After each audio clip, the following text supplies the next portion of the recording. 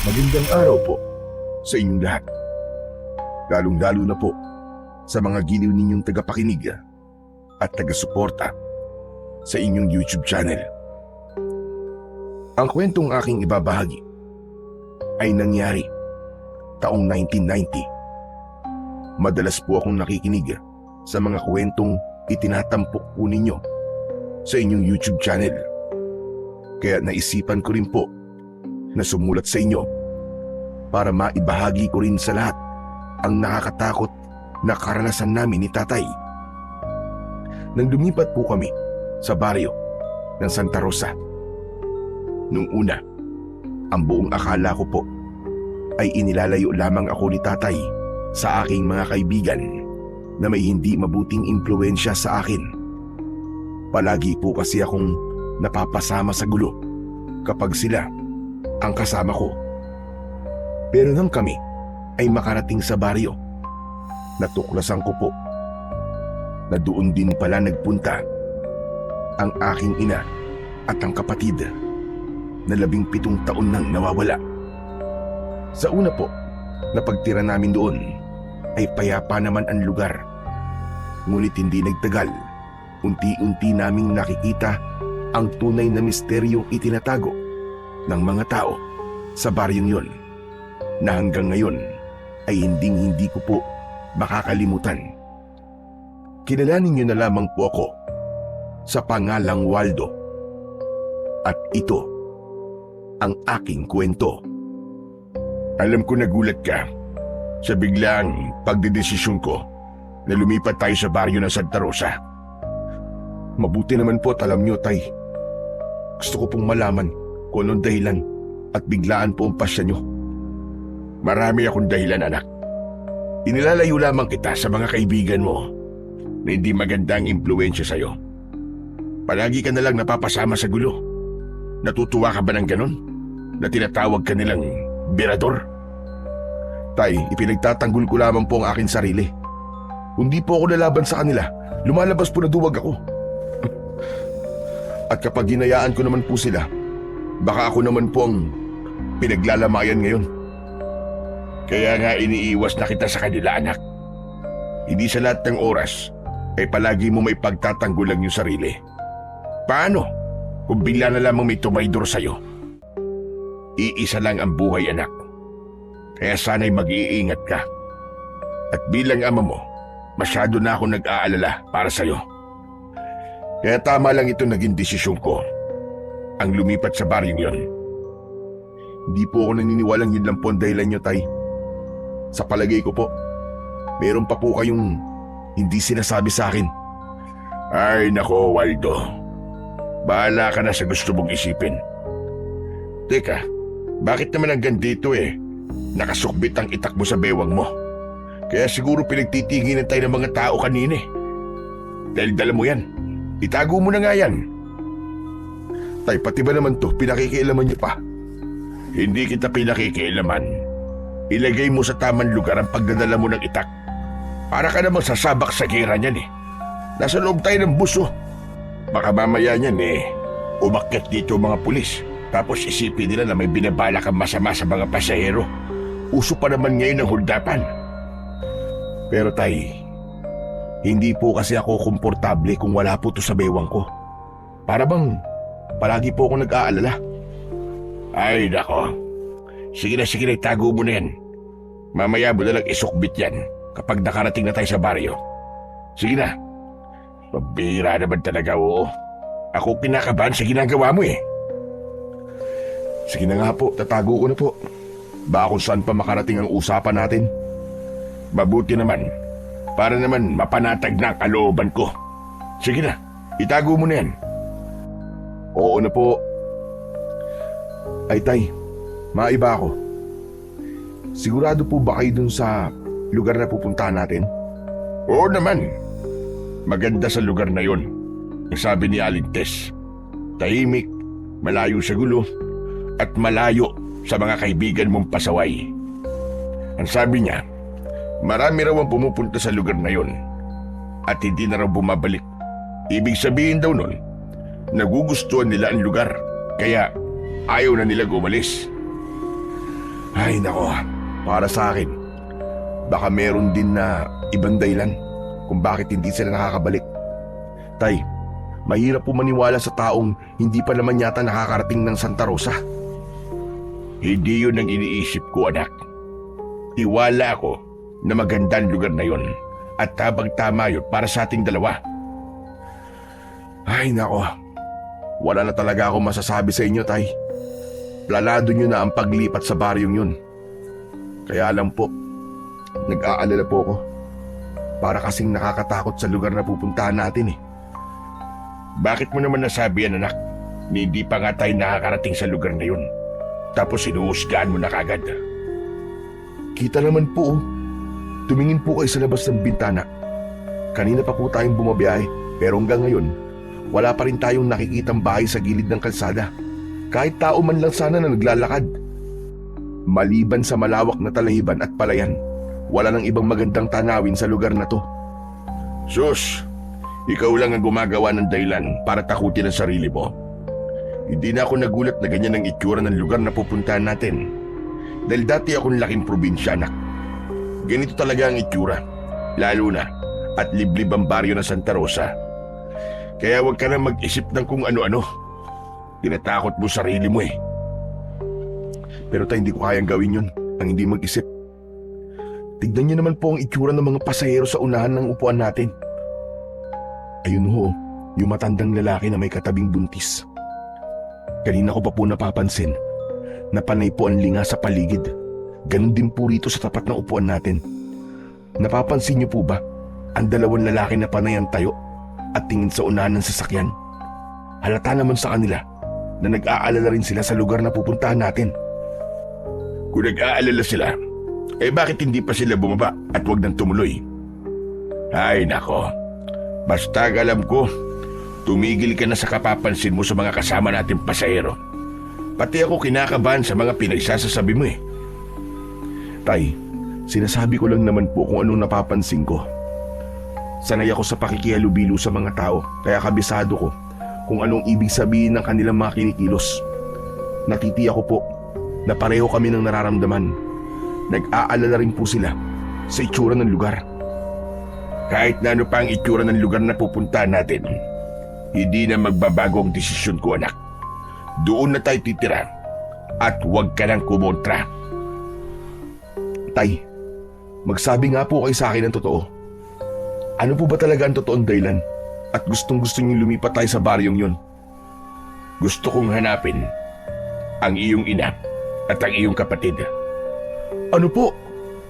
Pambihira, sinasabi ko na nga ba't meron kayong ibang dahilan eh? Eh bakit po natin nahanapin si nanay? Hindi po ba't iniwan niya tayo? Niloko po niya tayo. Ang sabi niya bibisita lang siya sa kanyang mga magulang. Pero anong ginawa niya? Hindi na siya bumalik. Hindi mo ko naiintindihan, anak. Kahit 17 taon nang nakakalipas, ay umaasa pa rin akong muli ko siyang makikita. Mabubuo pa ang pamilya natin. Pero tay, iniwan niya po tayo. Wala na tayong naging balita mula sa kanya. Kaya imposibleng mabuo pa po ang pamilya natin. Kung nalaman ko po kagad ang totoo niyong dahilan, mas lalo akong hindi sasama sa inyo eh. Hindi po ako makakapayag sa gusto niyong mangyari. Tay, bumalik na po tayo. Huwag na po nating hanapin si nanay.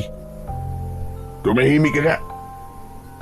Nanay mo pa rin si Marisa at kasama niya ang kapatid mo. Kaya sa ayaw at sa gusto mo, sasama ka sa akin at hahanapin natin sila. Wala na akong nagawa nang sabihin yun ni tatay. At pagkatapos ay ibinaling niya ang kanyang paningin sa labas ng bintana. Indikasyong ayaw niya ng pag-usapan ang tungkol kay nanay at sa paglipat namin sa baryo. Habang nasa loob kami ng sasakyan, ay hindi ko maiwasan ang hindi suriin ang lugar na aming dinadaanan. Maging ang ibang tao na naroroon ay hindi rin napapakali sa kanilang upuan. Pagkalipas ng ilang oras na pagbiyahe, sa wakas ay narating namin ang unang tigilan ng sasakyan. Kami ang unang bumaba ng bus. Pag alis ng bus ay natuon sa amin ang atensyon ng mga taong naroroon. Bumundo lang kaba sa aking dibdib nang mapansin ko ang kakaiba nilang pagtitig. Mula ulo hanggang paa ang tingin nila sa amin na para bang sinusuri nila ang aming pagkatao. Maya-maya pa ay napako ang atensyon namin sa isang matandang lalaki na panay ang sulyap sa aming mga dala. Nagtitinda siya ng mais sa gilid ng kalsada. Nagkatinginan kami ni tatay. Saka kami nagdesisyon na lapitan ito para magtanong. Pagkalapit namin sa matanda ay si tatay na ang nakipag-usap dito. Tatang, mawalang galang na po sa inyo. Pwede po ba magtanong? Ito po ba ang baryo ng Santa Rosa? Tumango ang matandang lalaki bilang tugon sa tanong ni tatay. Saka nagpalinga-linga sa paligid. Pero hindi siya nagsasalita. Tuloy lang siya sa pagpaypay ng inihaw na mais. Kaya naman, inulit ni tatay ang pagtatanong.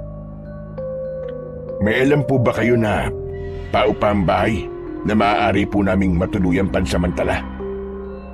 Kumunot ang noo ng matandang lalaki. Bumakas sa kanyang muka ang pag-aalala at pagtataka. Pero bigla siyang tumayo at itinuro ang direksyon sa makipot at mabatong kalsada na papasok sa kakahuyan. Marami pong salamat, tatang. Sige po, tutuloy na po kami. Halika na, anak. Nilingon ako ni tatay dahil hindi ako kumibo ng mga oras na yun. Gusto kong makita kung bakit parang kakaiba ang mga taong naroroon. Pakiramdam ko hindi na ako humihinga dahil sa labis na pag-aalala. Anak, tara na. Malayo pa lalakarin natin dahil sa tingin ko, itong lugar na to ang pinakabukana lang ng baryo ng Santa Rosa. Kaya naman, inayos ko ang aking dalang backpack. Pagkalayo namin sa mga tao, saka ko naman inilabas ang aking itak. Isinukso ko yun sa aking bewang at itinago sa ilalim ng aking damit. Pagkatapos nun, ay nagsimula na kaming maglakad ni tatay. Habang tinatahak namin ang daan, ay mas lalo kong nakaramdam ng pagkailang. Para bang may mga mata pa rin na nakatingin sa amin kahit wala naman akong nakikitang ibang tao sa lugar na yon. Tay, alam nyo, parang may mali sa baryong to. Hindi po ba kayo nag-aalala? Paano naman ako mag-aalala? Wala naman tayong ginagawang masama. Hindi tayong ibig ko pong sabihin, ang lugar na to, tay. Para bang may mali? Tignan niyo po ang gilid ng kalsada. Malalalim ang bangin. Wala akong makitang mga bahay na nakatayo at masyado pong tahimik. Hindi po ba't parang nakapagtataka? Walang nakapagtataka sa ganun, anak. At isa pa, ito nga ang gusto ko eh. Malayo sa kaguluhan, tahimik ang paligid. At kahit papano, mapapanatag na ang loob ko na mailalayo na kita sa mga kaibigan mo. Pero tay, hindi po ako mapapanatag sa lugar na to. Huwag ka na nga mag-isip ng kung ano-ano, anak. Wala ka na rin naman magagawa eh. Nandito na tayo. Bilisan mo na lang ang paglalakad para makahanap na tayo ng bahay. Sa palagay niyo po ba, tay? Tama po ang daan na to. Nagsasabi po kaya ng tamang direksyon ng matandang lalaki kanina? Oo naman. Kaya nga sa matandang lalaki ako nagtanong eh, para hindi tayo lokohin sa direksyong ituturo niya sa atin. Nakayan na oh. May nakasulat sa arko. Ito na nga ang baryo ng Santa Rosa. Dahil nakita ko rin ang nakasulat sa arko, hindi na ako nagtanong. Ipinagpatuloy na lamang namin ang paglalakad papasok sa lugar na yon. At sa loob nun, tumambad sa aming paningin ang mga bahay na gawa sa kugon at kawayan. Malalayo ang distansya ng mga bahay sa bawat isa. At ang mga tao, abala sila sa kanilang mga gawain. Nang makita nila kami, pumasok sila sa kanilang bahay at pinagsarahan kami ng mga bintana at pintuan. Hala, tay! Bakit po sila nagtatago? Siguro, hindi sila sanay na may dayo sa kanilang lugar. Ganun lang yun. Ay nako, hindi ko na po alam kung ano pa ang iisipin ko sa lugar na to eh. Isa pa, napansin ko po na malalaki ang katawan ng mga lalaki rito. Para bang hindi sila gagawa ng maganda, tay. Sus, lahat na lang pinapansin mo. Ano naman kung malaki ang katawan? Ay, ewan ko sa'yo, anak. Iba talaga ang mga lalaki sa probinsya, yan ang tatandaan mo. Sanay sila sa mabibigat na trabaho at sa trabahong bukid. Kaya huwag mo silang husgahan ng masama.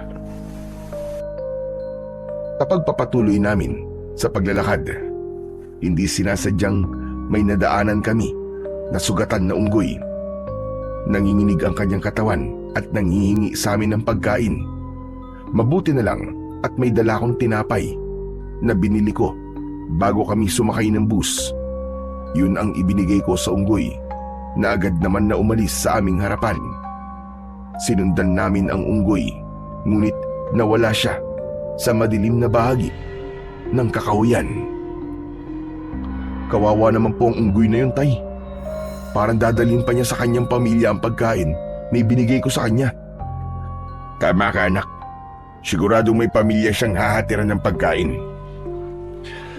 Mabuti na lang at may dala kang tinapay. Anak, tama yan ha. Panatilihin mo maging mabuting tao sa mga hayop. Dahil baka dumating ang araw, sila pa pala ang magliligtas sa'yo kapag nalagay ka sa kapahamakan. Hindi po ba't yun naman po talaga ang kinagisnang kong paalala mula sa inyo, tay? Ang maging mabuti sa mga hayop. Teka, tay, tignan niyo po. Ayun sa gawin yun. Sinundan ng tingin ni tatay ang direksyong itinuturo ko. Tumambad sa aming paningin ang maraming abandonadong sasakyan sa ibaba ng bangin. Aba, bakit naman maraming sasakyan dyan? Sayang naman, nakaimbak lang. Teka, sino kayang nagtapon ng mga sasakyan sa lugar na yan?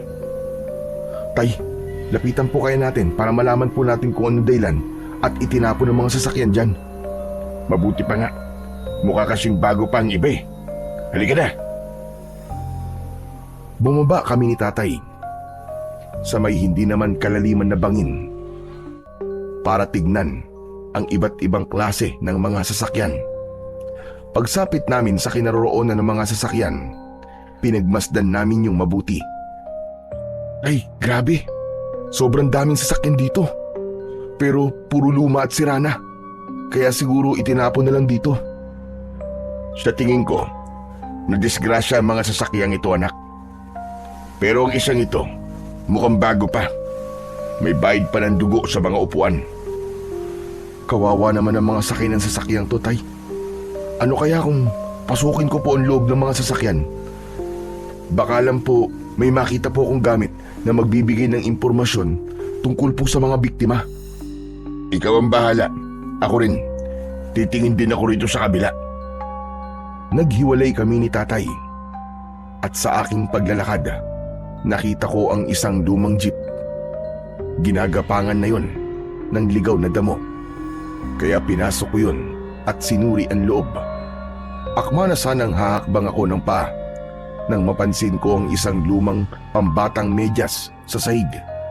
Kinuha ko yun at pinagmasdan dahil may burda yun na letrang A at isinilid ko yun sa aking bulsa. Bukod sa medyas ay wala na akong ibang nakita, kaya naisipan ko na rin na bumaba ng sasakyan. Maya-maya pa ay narinig ko ang boses ni tatay mula sa itaas. Anak, tara na. Wala lamang kakaiba sa lugar na yan maliban sa mga sasakyan. Kaya umalis na tayo. Baka abutan pa tayo ng dilim sa daan eh. Mahirap na. Sige po, tay. Susunod na po ako sa inyo. Muli kong sinulyapan ang lumang jeep bago ako umakyat sa itaas kung saan ay naghihintay na sa akin si tatay. Nang makalapit ako sa kinaroroonan niya, ay tahimik na kaming naglakad. Pagkalipas ng ilang minuto, ay nadaanan namin ang isang pangkat ng kalalakihan. Sa tingin ko ay mga tanod dahil sa kanilang uniforme at hawak na batuta. Napansin ko na pinagtutulungan nilang bugbugin ang isang binata. Nakita ko rin na pumutok na ang kanyang labi dahil sa tinamong suntok mula sa 5 tanod. Tay, kawawa naman po yung lalaking pinagtutulungan ng mga tanod oh. Hindi na po makatarungan ang ginagawa nila. Hindi na nga po lumalaban yung tao pero sinasaktan pa rin nila. Nako, masama na ang lagay ng lalaking yun, anak. Balak na yata nilang patayin ha. Tay, tulungan po natin siya. Bilisan niyo. Teka, sandali lang anak. Baka tayo naman na mapahamak. Isa pa, hindi natin alam kung anong totoong dahilan kung bakit siya binubugbog ng mga tanod. Hindi na po mahalaga yun, Tay. Ang mahalaga, mailigtas po natin siya. Baka mapatay na siya ng mga lalaking yun At saka, hindi po dapat nila inilalagay sa kanilang mga kamay ang batas. Gaano man kalaki ang kasalanan niya, wala pa rin po silang karapatan na saktan ang taong yun. Wag na anak, huwag na tayong makialam sa kanila. Madadamay lang tayo dyan. Tay, hindi pwede. Hindi ko po kayang makita na mayroong binubugbog na tao sa harapan ko. Lalong-lalo na po kung wala naman siyang kakayahan para ipagtanggol ang kanyang sarili. Kung may magagawa naman po tayong tulong, bakit po hindi natin siya tulungan? Wala nang nagawa si tatay nang bigla akong tumakbo papunta sa kinaroroonan ng mga tanod. Nang makalapit ako sa kanila, ay bigla silang tumigil sa pambubugbog nila sa lalaki. Dala ng labis na panghihina ng lalaki, bumagsak ito sa lupa. Mawalang galang na po sa inyo. Pero ano po bang kasalanan ng lalaking yan at pinagtutulungan niyo pong bugbugin? Hindi na po lumalaban sa inyo Mga tanod pa naman po kayo. Ay, kung sino ka man, huwag ka nang makialam dito. May kasalanan ako sa kanila, kaya nila ako binubugbog. Kahit na pa hindi makatarungan ng paraan nila ng panghuhuli sa'yo. Hindi ka naman lumalaban Kaya kayo, kung tanod kayo at batas ang pinaiiral nyo, hindi nyo dapat to ginagawa. Imbis na makinig, ay nakita kong sinipa ng isang tanod ang lalaking nakahandusay sa lupa. Kaya wala na akong inaksayang oras. Tumalon ako, sabay sipa sa mukha ng tanod na nanakit sa lalaki. Bumagsak ito sa lupa. Hindi naman yun nagustuhan ng kanyang mga kasama. Kaya sabay-sabay silang sumugod sa akin. Umatake sila sa akin gamit ang kanilang batuta. Pero nagawa ko yung maiwasan at gumanti ng sipa sa kanila. Katulong ko si tatay. Nahinarap naman ang isang matabang lalaki. Dahil 4 ang kalaban ko, hinugot ko na ang aking itak. Alam kong malalagay rin ako sa alanganin at wala silang balak na buhayin ako. Kaya naman, humanda ako sa kanilang pagsugod. Nang umatake sila sa akin ng palo ng batuta, mabilis ko yung iniwasan, saka gumanti sa kanila ng isang hataw sa pamamagitan ng pinalapad kong itak. Hindi ko sila tinuluyan na sugatan, ngunit sapat na ang pagpalo ko ng talim sa kanila upang maramdaman nila ang sakit. Bumagsak sila sa lupa at nawalan ng malay. Saka ko nilapitan ang lalaki na dahan-dahang tumayo. Ayos ka lang ba? Maraming salamat sa pagtulong niyo sa akin. Nakita ko na hindi ito makatayo ng tuwid. Pinunasan niya rin ng kamay niya ang umagos na dugo mula sa kanyang pumutok na labi. Pagkatapos ay pinagmasdang kaming dalawa ni tatay. Akala ko katapusan ko na. Mabuti na lang at napabagsak niyo sila. Nakahanap din sila ng katapat. Ay, siya nga pala. Ako nga pala si Estong. Ako naman si Waldo. At siya naman ang tatay ko, si Mang Ronald. Ganun ba? Maraming salamat ulit sa inyong mag-ama. Utang ko sa inyo ang aking buhay. Teka, mukhang bago lang kayo rito Dayo lang ba kayo rito? Oo, Estong. Pero balak na naming tumira dito. Saan nyo mabalak pumunta ngayon? Ang totoo niyan, Estong hindi pa namin alam kung saan talaga kami pupunta. Ang balak sana namin ni tatay maghanap ng bahay na mauupahan na pansamantala naming matutuluyan habang wala pa kaming nahahanap na lupa na pagtitirikan ng aming tahanan. Baka naman matulungan mo kami, Estong. Hindi namin kabisado ang lugar na to, kaya nahihirapan kami. Teka, bakit naman po sa dinami-dami ng baryo na lilipatan nyo, dito pa sa Santa Rosa, ang naisip nyo? Bakit, Estong? May problema ba sa baryong to? Basta, magulo ang lugar na to. At hindi kayo ligtas sa lugar na to. Hindi kayo dapat dito nagpunta. Hindi ko naiintindihan kung anong ibig mo sabihin, Estong. Pero nandito na kami. Kailangan na naming tumuloy. Ang mabuti pa kaya tulungan mo na lang kami maghanap ng bahay. Kayo po ang bahala, Mang Ronald. Basta, hindi po ako nagkulang ng pagpapaalala sa inyo ha. Pero dahil iniligtas niyo po ako, sasamahan ko po kayo.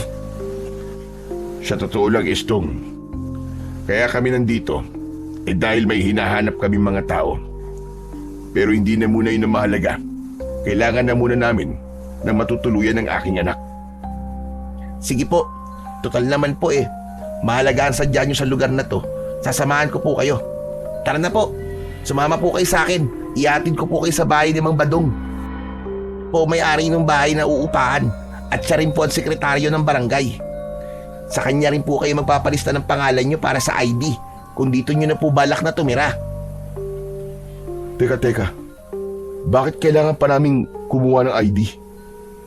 Yun po kasi ang patakaran sa baryong to. Para na rin po sa kaligtasan nyo. Hindi ko pinansin ang sinabing yun ni Estong. Sumama na kami sa kanya. Ipinagpatuloy namin ang paglalakad. Pagkalipas ng ilang minuto, narating namin ang lugar na sinasabi ni Estong. Merong 5 bahay na nakatayo sa gilid ng kalsada. Itinuro ni Estong ang isang malaking bahay sa gitna. Gawa yun sa kawayan at anahaw. Yan po ang bahay na paupahan po ni Mang Badong. Yan na lamang po ang bakante. Sa tingin ko po, pwede na po yan sa inyong mag-ama. Maraming salamat sa iyo, Estong. Sige na po, pumasok na po kayo sa loob. Nang makita niyo po si Mang Badong, palagi po kasi niyang nililinisan ang bahay na yan Maraming salamat sa iyo, Estong ha.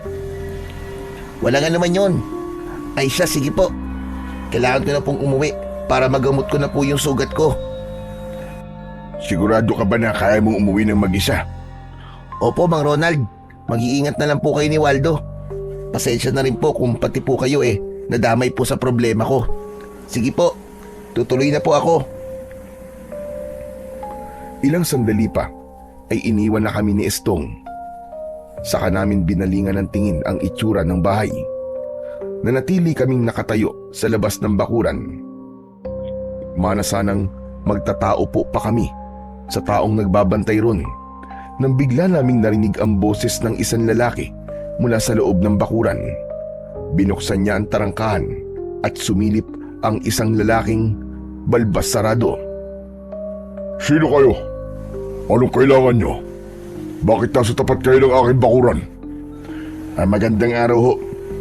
Kayo po ba si Mang Badong? Yung may-ari po nitong bahay na pinapaupahan? Oo, ako nga. Bakit mo na itanong? Dito po kasi kami itinuro ni Estong. Si Estong? Opo, siya nga po. Teka, bakit nga ba kayo dinala rito ni Estong? Kailangan kasi namin ng anak ko ng bahay na matutuluyan. Balak kasi namin na dito tumira sa baryo nyo.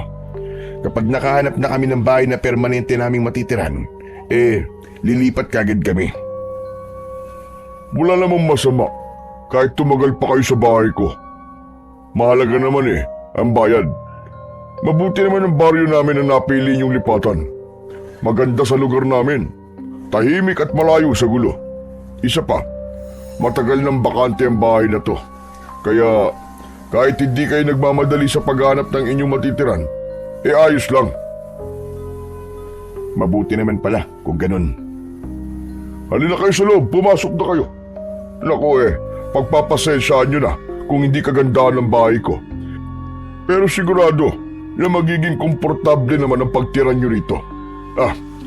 Maiba nga pala ako ng usapan. Napansin ko na para bang hindi kayo pamilyar sa akin. Mukhang dayo lamang kayo sa lugar namin at nanggaling pa kayo sa malayong lugar. Tama ka, Badong. Gusto ko kasing tumira sa baryo na tahimik at malayo sa gulo. Nako, ang Santa Rosa ang sagot sa lugar na gusto mo.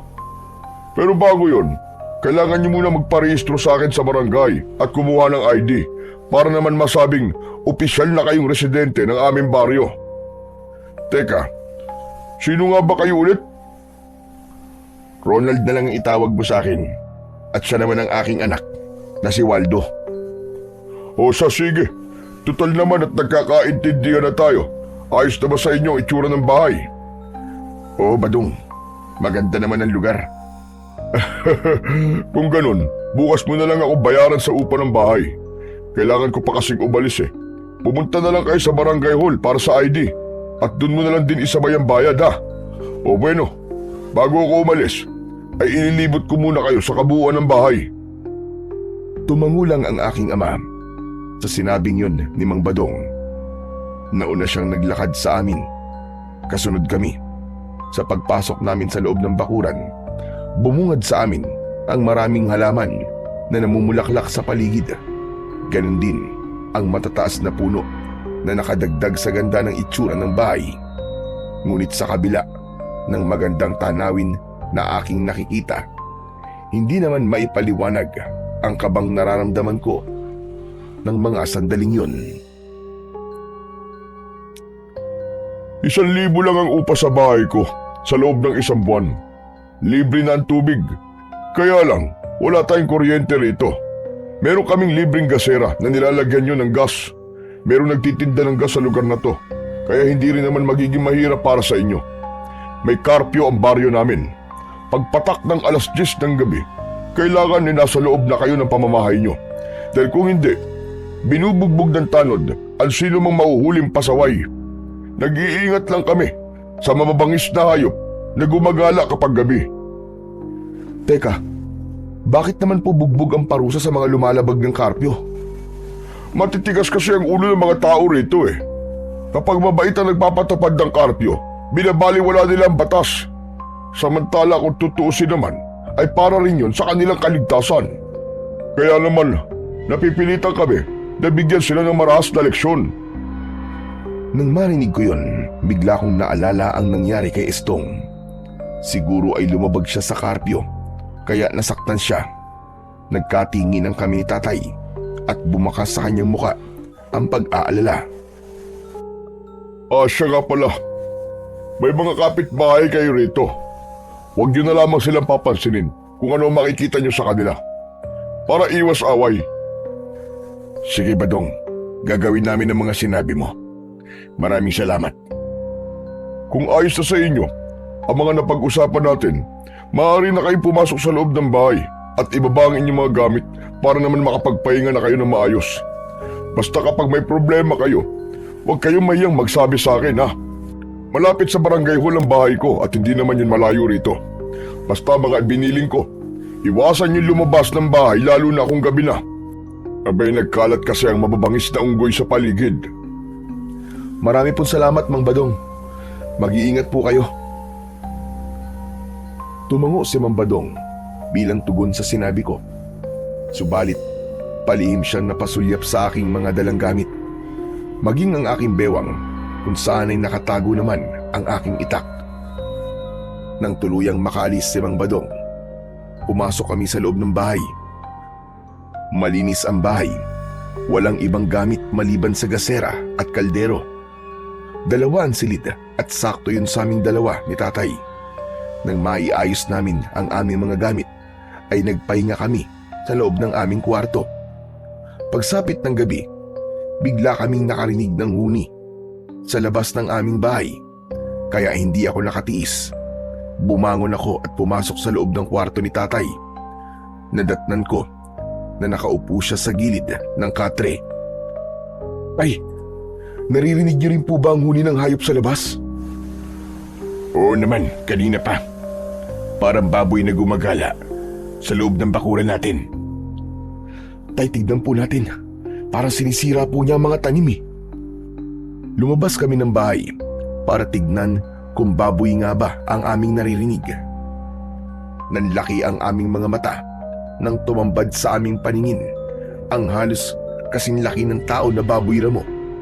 Mataba yun at abala sa pagdudukal ng lupa gamit ang ungos. Panay din ang kanyang huni at napapansin ko para bang ordinaryong eksena lang yun sa mga taong nakatira sa lugar na yon, dahil nakita ko silang pinapanood ang ginagawa ng baboy ramo. Pero agad din silang pumasok sa loob ng kanilang bahay. Mukhang sanay na ang mga tao sa baboy ramo na yan, ha? Wala naman po nabanggit si Ma'am Badong tungkol po sa baboy ramo, tay. Wala namang kakaiba sa hayop na yan, anak. Kaya siguro hindi niya na binanggit. Baka mamaya lang umalis na rin yan dyan. Kung sa bagay naman po, mukhang mabait naman po ang baboy ramo at sanay sa mga tao. Hala, sige na, pumasok na tayo sa loob ng bahay at matulog. Gusto ko na magpahinga. Pumasok kami sa loob ng bahay at hinayaan ng baboy ramo sa labas. Nagtungo kami sa aming mga kwarto. Pagkatapos ay nahiga at agad din na nakatulog. Kinabukasan ay maagang nagising si tatay. Ginising niya ako dahil kailangan naming kumuha ng ID sa barangay. Mabilis naman akong bumangon sa katre, naligo at nagpalit na rin ng damit. Nilakad lang namin ang kalsada papunta sa kinaroroonan ng barangay hall. Habang tinatahak namin ang daan, ay natanaw namin sa unahan ang mga taong nagkakagulo sa nakatigil na sasakyan.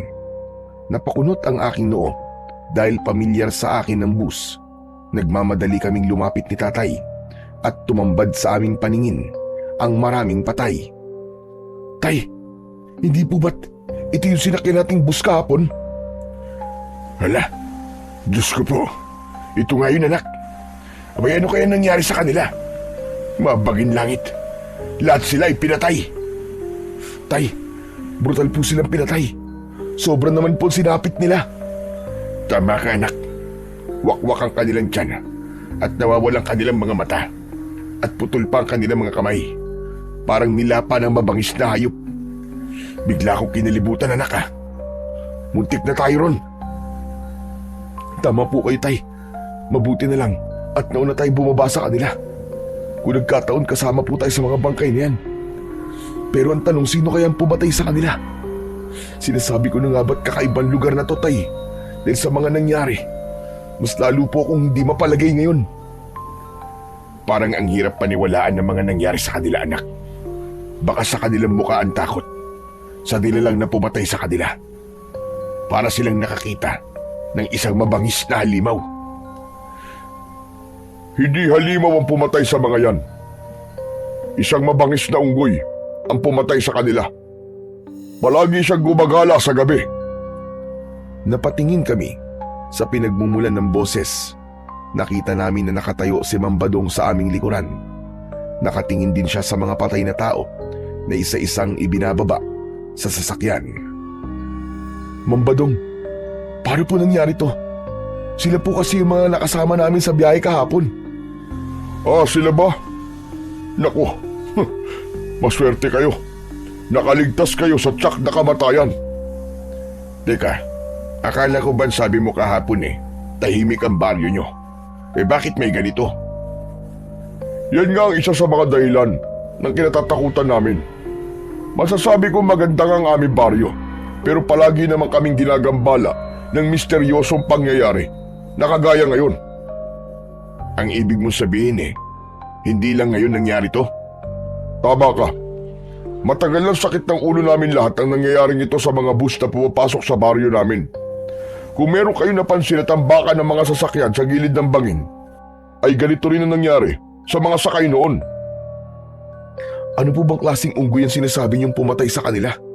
Bakit hanggang ngayon po wala pa rin ginagawa ang kawani ng gobyerno ukol rito? Dahil hanggang ngayon ay wala pa rin naglalakas ng loob na hanapin ang unggoy na pumapatay. Teka, Badong, paano naman kayo nakakasigurong unggoy nga ang pumatay sa mga yan? Yun ang balita. At sabi, ginutom raw ang unggoy ng kanyang amo. Kaya naghanap ng pagkain. Nang makatikim siya ng karne ng tao, hinahanap-hanap na niya ito at patuloy siyang umaatake sa mga tao. Ang ipinagtataka lang namin, ang inaatake lang niya ay ang mga taong nasa loob ng sasakyan. Lalo na kapag dayulan dito. Lahat ng mga sasakyan pumapasok sa baryo namin. Yun ang kanyang pinupuntirya. Ano po ang aksyon ni Kapitan?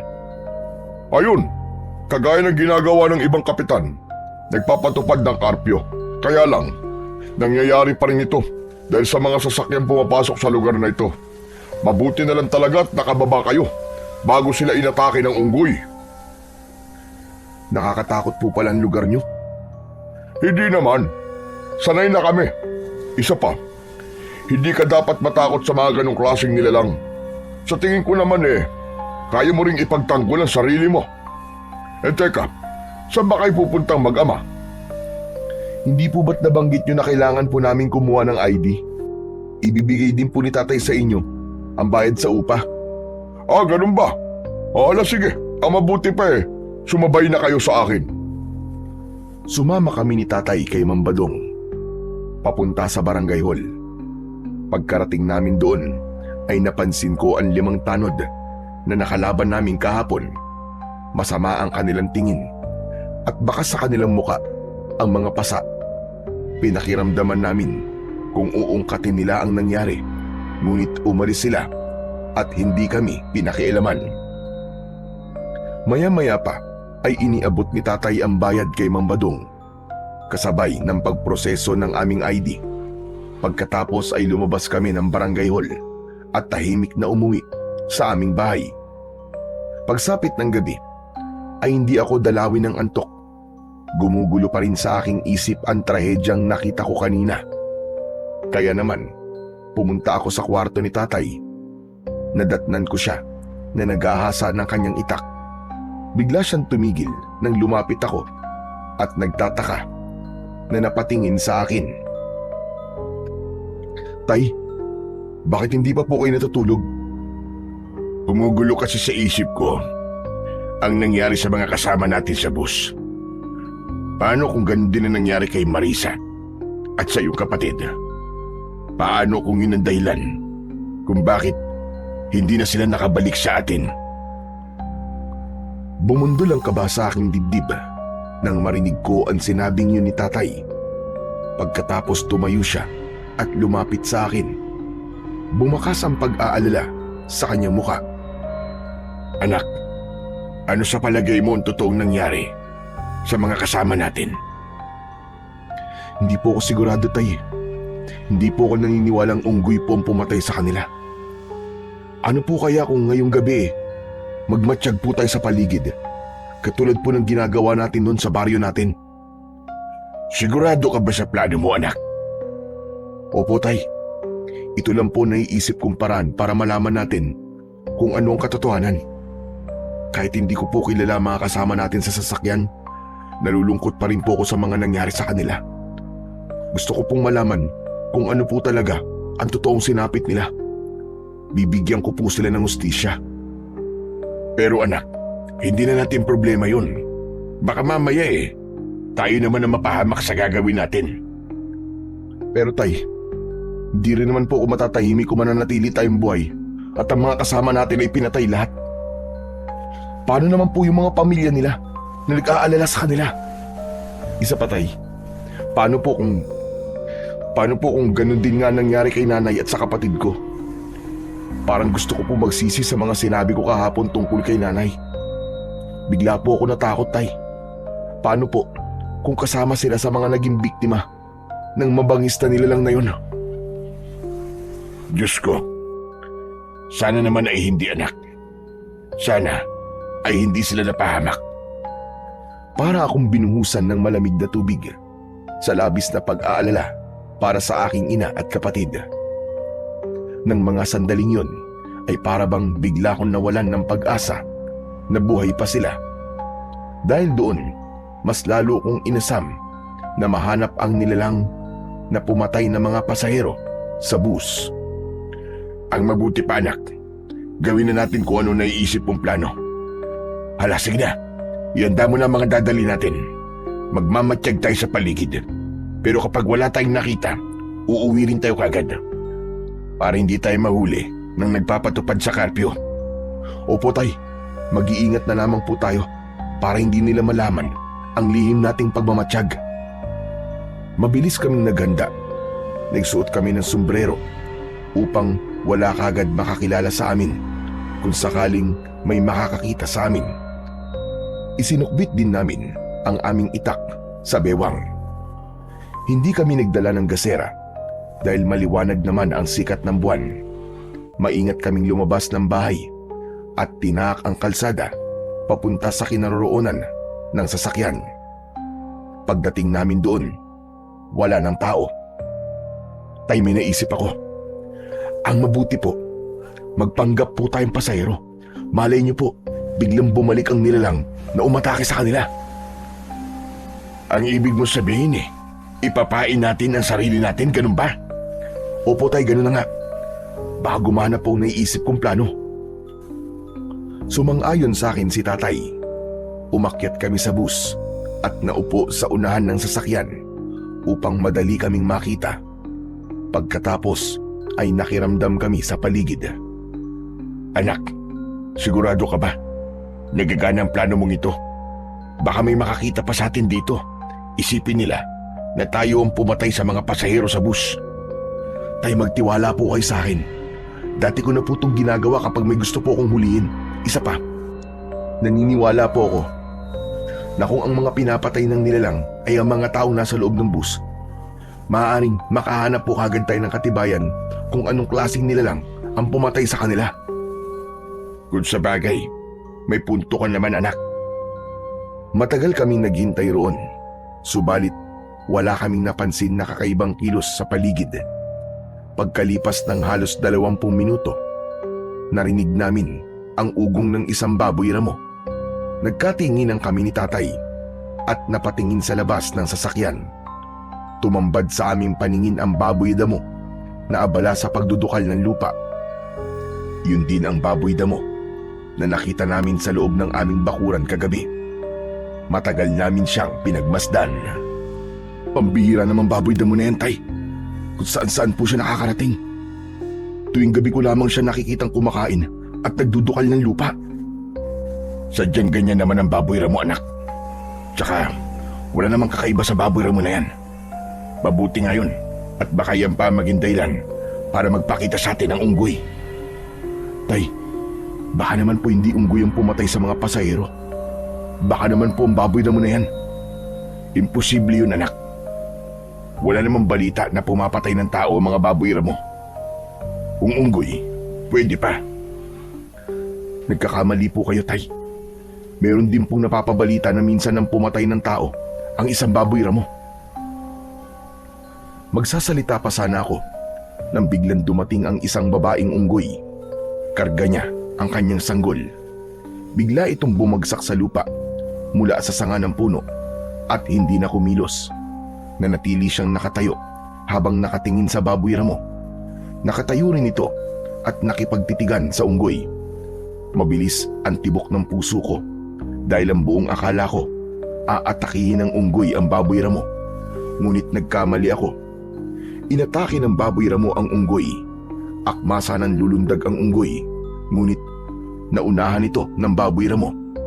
Kinagat nito kagad sa tiyan ng unggoy at itinakbo papunta sa madilim na bahagi ng kakahuyan. Tay, sundan po natin ang baboy ramo. Halika, bilisan mo. Kailangan malaman natin kung saan niya dinala ang unggoy. Bumaba kami ni tatay sa sasakyan para sundan ang baboy ramo. Tinahak namin ang masukal na kagubatan. Pagkalipas ng ilang minuto, ay biglang tumigil sa pagtakbo ang baboy ramo. Ibinaba niya sa lupa ang wala ng buhay na unggoy sa mismong lugar na direktang tinatamaan ng liwanag ng buwan. Nagtago kami ni tatay sa malaking puno habang pinagmamasdan ang ginagawa ng baboy ramo. Mula sa aming pinagtataguan ay kitang-kita namin ni tatay ang biglang pagtayo ng baboy ramo At sa isang iglap, nagbago yun ng anyo. Nagkaroon ito ng kalahating katawan ng tao at ang ulo ay sa baboy ramo. Nagsipagtaasan ang mga balahibo ko sa katawan nang makita namin ang kabuuan ng anyo ng isang halimaw. Nanginginig ang aking tuhod na napatingin sa aking ama. Tay, hindi siya totoong baboy ramo. Hindi po siya ordinaryong hayop, kundi isang halimaw. Tama ka, anak. Tignan mo ang ginagawa niya sa katawan ng unggoy. Kinain niya pati ang anak nito at gamit ang matutulis niyang kuko, winakwak niyang tiyan ng kaawa-awang unggoy. Tignan niyo, tay. Sinisip-sip din po niyan dugo ng unggoy. Pero bakit iba ang sinabi sa atin ni Mang Badong? Dahil ang buong akala nila, unggoy talaga ang pumapatay sa mga biktima. Malaking katibayan nito na mayroong aswang sa baryo nila. Hindi ko lang natitiyak kung anong klaseng nilalang siya. Tuluyan ng nilantakan ng aswang ang katawan ng unggoy at mula sa aming pinagkukublihan ay dinig na dinig namin ang pagmuya niya sa laman at buto ng unggoy. Umuungol siya sa sobrang sarap. Kaliwat kanan ang kanyang pagsubok sa lamang loob ng hayop. Nanginginig ang tuhod ko ng mga sandaling yun dahil yun ang kauna-unahang pagkakataon na nakakita ko ng aswang. Tay, pagkakataon ko na po ito para mapatay ang aswang. Teka, anak, sandali. Hindi mo sigurado kung gaano siya kalakas. Bahala na po, tay. Tiwala naman po ako sa kakayahan ko eh. Hindi na ako nagpapigil pa kay tatay. Lumabas ako sa aming pinagtataguan at dahil sa natuklasan ko, umusbong ang galit ko sa ginawa niya sa unggoy, pati na sa mga pasahero ng bus. Hoy! Halimaw ka! Pinatay mo ang unggoy! Kawawa naman! Humarap ka sa akin! Ipakita mo ang anyo mo! Gusto kong makita ang pagmumukha mo! Tumigil sa pagkain ang aswang at dahan-dahan na humarap sa akin. Nakita ko ang mapupula niyang mga mata. Matutulis ang kanyang mga kuko at mahaba ang buntot na humahampas sa damuhan. Umangil siya ng malakas kaya lumitaw ang matutulis niyang mga pangil. Tumulo ang malapot niyang laway na may kasama pandugo. Subalit hindi ako natakot. Inihanda ko ang itak ko at matapang akong nakipagtitigan sa kanya. Ganun daw ang isa sa paraan para matakot ang isang nilalang. Kailangan labanan sila ng titigan. Kung ganun, ikaw palang totoong pumapatay sa mga pasahero ng busa na pumapasok sa baryong ito. Pinatay mo ang mga kasama ko. Hindi ko pa man natatapos ang aking sasabihin nang biglang sumugod ang aswang para umatake sa akin. Tumalon siya at pagpatak niya sa lupa ay saktong nasa harapan ko siya. Mabuti na lang at naging maagap ako sa pagkilos. Naiwasan ko ang kanyang suntok at gumanti ako sa kanya ng taga na tumama naman sa kanyang dibdib. Sinundan ko yun ng pagsuntok sa kanyang muka. Ngunit gumanti siya sa akin ng kalmot na tumama naman sa aking dibdib. Kasunod ng paghampas ng kanyang buntot sa akin leeg. Bumagsak ako sa lupa. Kaya naman, sinamantala ng aswang ang pagkakataon habang nangihina pa ako. Niluhuran niya ako sa tiyan at paulit-ulit niya akong sinuntok sa muka. Nang iangat niya ang kanyang kamay, nakatutok sa akin ang matutulis niyang mga kuko. Bago pa man tuluyang bumaon sa katawan ko ang kuko niya, tinamaan ito ng sipa mula sa aking ama. Anak, tumayo ka! Bilisan mo! Kahit masakit ang aking katawan, pinilit ko pa ring bumangon at mahigpit kong hinawakan ng aking itak. Sumugod ako sa kinaroroonan ng aswang at hindi ko na hinintay na siya ay makabangon. Agad kong ibinaon sa kanyang dibdib ang hawak kong itak. Umangil siya ng malakas. Hindi ko alam na isa pala yung hudyat ng pagtatawag niya ng kanyang mga kasama. Akala ko nag-iisa lang ang aswang na baboy ramo, kaya nagulat kami ni tatay nang lumitaw sa likod ng mga puno ang maraming baboy ramo. Nag-anyo rin silang kagaya sa kalaban ko. Inatake nila kami, ngunit hindi ako nagpatinag. Nakipagpambuno kami ni tatay sa mga aswang. Tinamaan ako ng kalmot at kagat ng aswang sa aking binti. Si tatay naman ay tinamaan din ng kagat sa braso. Napasigaw siya sa labis na sakit. Kaya lumapit ako sa kanya at tinaga ang aswang hanggang sa bumagsak ito sa lupa. Ay, umalis na kayo! Ako na pong bahala rito! Hindi anak, lalabanan natin sila. Pero tay, parami po sila ng parami! Hindi nakinig sa akin si tatay. Tuloy lang siya sa pakikipaglaban sa mga aswang.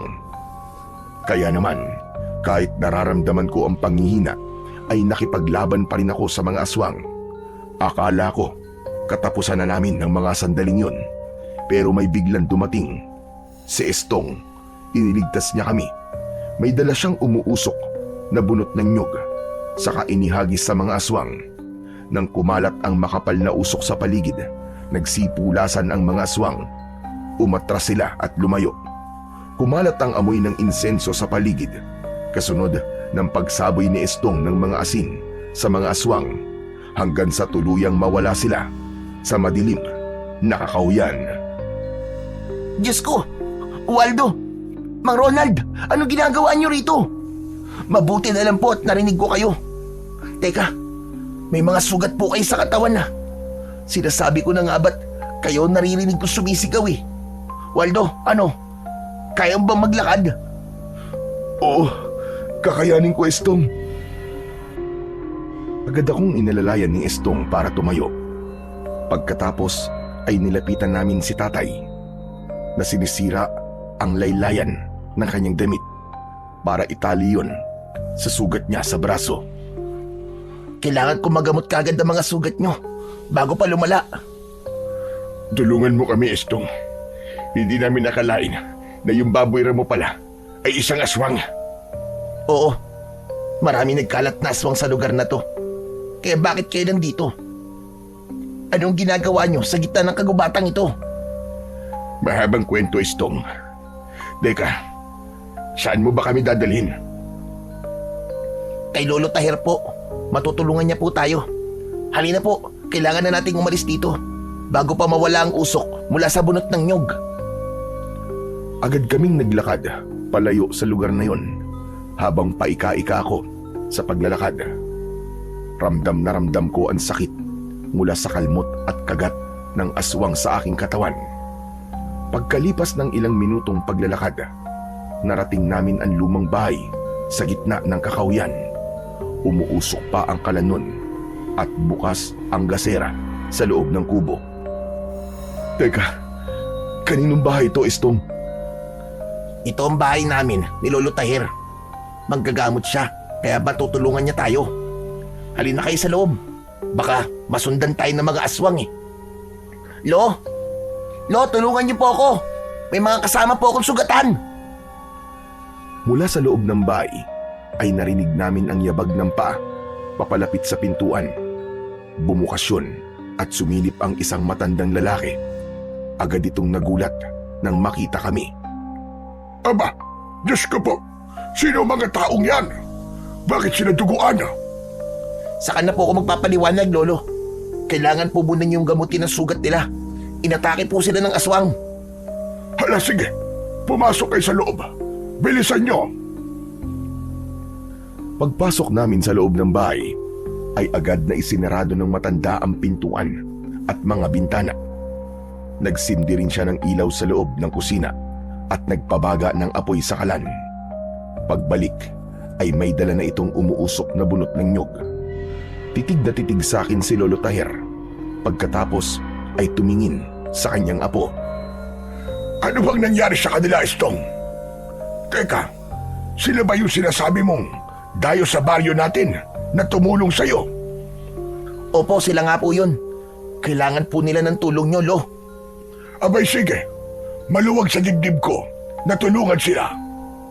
Salamat po, Lo. Mabuti na lang po. At napadaan ako sa lugar na yun. Mabuti na lang talaga dahil kung hindi, baka pinagtulungan na silang lapahay ng mga aswang. Bakit ba kayo nagpunta sa gubat ng ganitong oras? Hindi niyo ba alam na delikado ang lugar na ito? Hindi po namin nakalain na may aswang po sa baryo niyo eh. Bakit nga kayo nasa gubat? Ano bang ginawa niyo ron? Kasi po, yung kasamahan namin doon po sa bus, natagpuan po namin kanina na patay at wala na po natira sa kanila. Sinabi po ni Ma'am Badong na mabangis daw po na unggoy ang gumawa nun sa kanila. Pero hindi po ako naniwala eh. Kaya inaya ko po si tatay na magmatsyag sa lugar na yon. Hindi naman po namin nakalain na yung baboy ramo pala ay isa pong aswang. Isang pagkakamali ang ginawa nyo. Hindi nyo dapat ginawa yon. Paano kung nakilala kayo ng mga aswang? Kung nagkataon na nakilala nila kayo, hindi nila kayo tatantanan at susundan nila kayo hanggang sa inyong tirahan. Pero hindi naman po namin alam na may aswang po sa lugar nyo, Tatay Tahir. Ngayong alam nyo na kung anong klaseng lugar ang baryong ito. Kaya nga nagtataka ko kung bakit dito kayo lumipat sa baryo ng Santa Rosa. Hindi nyo ba alam na kakaibang lugar na ito? Marami ang nawawalang tao sa lugar na ito. Dahil sa oras na makapasok sila sa baryong ito, ay hindi na sila nakakabalik pa. Naikwento na sa akin ni Estong kung sino kayo. Hala, sige na. Hubarin nyo na ang inyong mga damit at kailangan magamot kagad ang mga sugat ninyo. Tutulungan ko po kayo, Lolo Tahir. Ako na po magtatali ng tela sa kanilang sugat para hindi umakyat ang lason. Agad kaming sumunod sa utos ng maglolo. Ganon din si tatay. Mabilis ang kilos ng matanda na parabang sanay na sanay ito sa ganong gawain. Nagdikdik siya ng mga daon at inilagay sa mga sugat namin. Pagkatapos ay pinatakan niya ng langis. Kitang-kita ko na kumulo ang langis sa sugat namin. Lolo Tahir, ano po nangyayari? Bakit bigla pong kumulo ang langis? Sapagkat pinapatay ng langis at katas ng daon ng artemisa ang lason mula sa laway ng aswang. Kapag kumalat ang lason, mapaparalisa ang buong mong katawan. Pagkatapos ay mahahawa kayo ng aswang. At kaya naman kumukulo ang langis dahil sinisip-sip nito ang lason. Kapag nawala na ang pagkulo, ibig sabihin, wala na ring lason sa sugat nyo at hindi nyo na mararamdaman ang sakit. Ano po bang klaseng aswang ang umatake sa amin, Lolo Tahir? Sila ang mga aswang nawok. Isang nilalang na mukhang baboy ramo. Mabangis silang nilalang dahil ultimo buto ng tao ay hindi nila pinapalampas at agad na kinakain. Paborito nila ang kamay ng tao. Kaya pala karamihan sa mga bangkay ng pasahero ay walang kamay. Bakit po hanggang ngayon ay malaya pa rin silang nakakapambiktima? Dahil mahirap silang kalaban. Mabangis, mabilis kumilos, at malinaw ang mga mata sa gabi. Mabuti na lang talaga at nakasuot kayo ng sombrero. Hindi nila kayo nakilala. Matagal na po ba kayong nakatira dito, Tatay Tahir? Oo naman, matagal na kaming nakatira at nakakulong sa baryong ito. Ano pong ibig sabihin yung nakakulong kayo sa baryong ito? Nakulong kami rito. Matagal na kaming biyag ng mga aswang na awok. Wala sa amin ang nakakalabas ng buhay sa baryong ito. Pinatay nila ang pamilya ko at maging ang aking anak na matagal ko nang hindi nakikita. Pinatay nila sa loob mismo ng sinasakyan niyang jeep. Mabuti na lang at nailigtas ko ang aking apo na si Estong. Kung ganun po, wala na pong pamilya si Estong? Oo, tama ka. Ulila na siya.